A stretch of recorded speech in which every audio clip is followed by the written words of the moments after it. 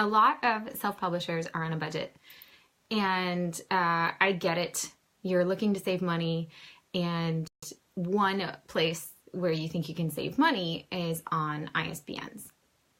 And the ISBN is the International Standard Book Number. So it is what registers your book, the format, the content, the price, everything set there. Kind of. I mean, it's complicated, but that's it. It is how people track sales of your book and inventory, and how libraries and booksellers and whoever ever track books. But that's not all.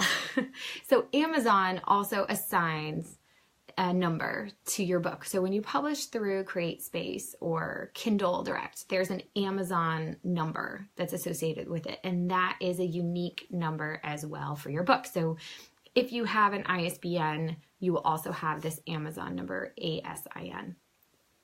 And so some people are looking at this and they're like, look, I don't need my own ISBN for my book. I'm just going to use CreateSpace or Kindle's free ISBN service. Because the ISBN specifies what format it is. You need a different ISBN for paperbacks, for ebooks, for hardcovers, for audiobooks, for all those things. You need a different ISBN. And at around $100 per ISBN, you may be thinking, why am I going to spend so much money on ISBNs? Why don't I just use one of the free ones? And the reason why I never recommend using a free ISBN is because then they own your work, meaning they are the publisher of your work. So when you have a free CreateSpace ISBN, so let's say you're looking to print through CreateSpace and you're like, I'm just going to save some money and use the free route. They become your imprint. So it says published through CreateSpace. Now there are some libraries and bookstores who won't purchase your book because it says it's printed through CreateSpace. So they may look up your book and then it says as published through CreateSpace, and then that's the tip that it is a self-published book because you used a CreateSpace ISBN.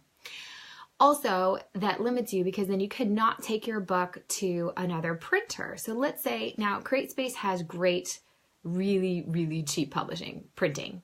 So when you're printing paperbacks, it is the cheapest that you can get probably is through CreateSpace, without a doubt.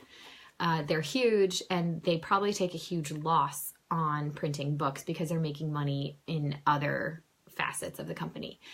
So when you go to an actual printer, you may not be able to compete on price for CreateSpace, but don't you want that flexibility to be able to say, hey, all of a sudden I've developed an audience in Australia and my CreateSpace books can't get to Australia very quickly. I'm going to team up with a small printer in Australia and do a print run of 500 books there and sell my books in Australia. You cannot do that if you have a CreateSpace assigned ISBN. You can only do that if you have your own ISBN. Then you can take it wherever you want.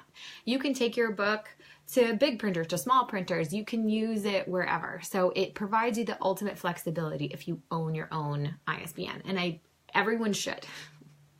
I have seen some people, they are serial publishers when it comes to ebooks. They will only publish ebooks. They're not looking to take their books to paperback. Either they are, I don't know, sci-fi or mystery books, or they're doing a huge series of books. I have seen that people say that, they use the Kindle or the Amazon assigned number. They don't actually have an ebook ISBN associated with each one of those books because they never intend to take it away from Amazon. They never intend to sell their ebooks on their website. They don't mind staying in the Amazon owned model.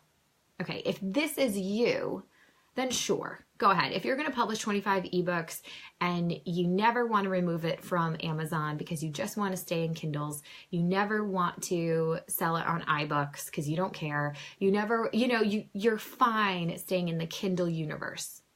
Great. Then by all means, go ahead. It will say published by Kindle, by Amazon. It will assign Amazon as your publisher. But for some people, that may work just fine. However, it means you can't take it to iBooks. It means you can't make it available to people on other platforms. So if you are new and you're first starting out and you're not sure what direction you're going to go in, or you're not sure where your readers are, or you want to reach as many people as possible on all the different platforms, then you need to own your ISBN. You could not take a CreateSpace assigned ISBN and use it in iBooks, Apple iBooks. Now, Apple doesn't require ISBN either. I didn't know this. They used to. This is why it is so hard and you have to stay up to date on everything, because Apple no longer requires an ISBN for their iBooks. So you can publish on iBooks as well. However, as soon as you publish that content on iBooks, it's on iBooks and you can't put it on Kindle.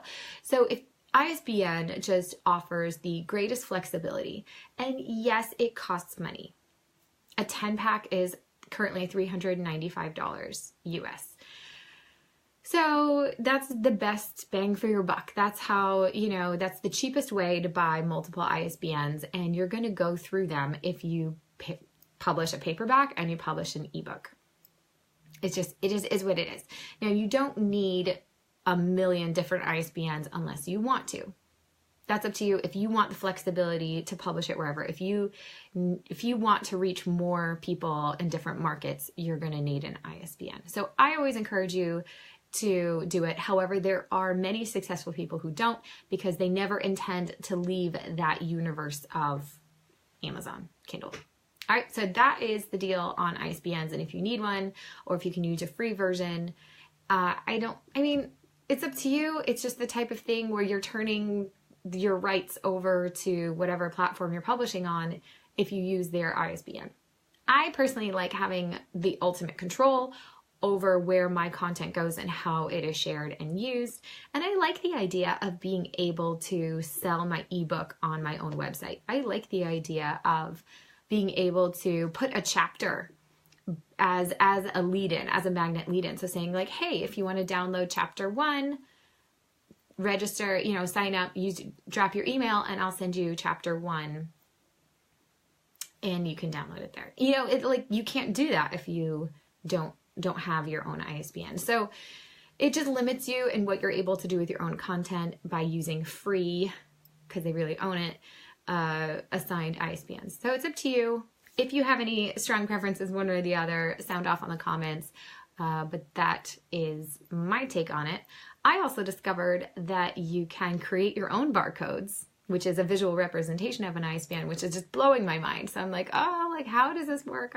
So there are a lot of ways that you can publish your book for really cheap, if that is up to you, but just understand the limitations of what you're doing before you make that decision and lock yourself down a lane that you can't undo. That's it for me. All right, bye everyone.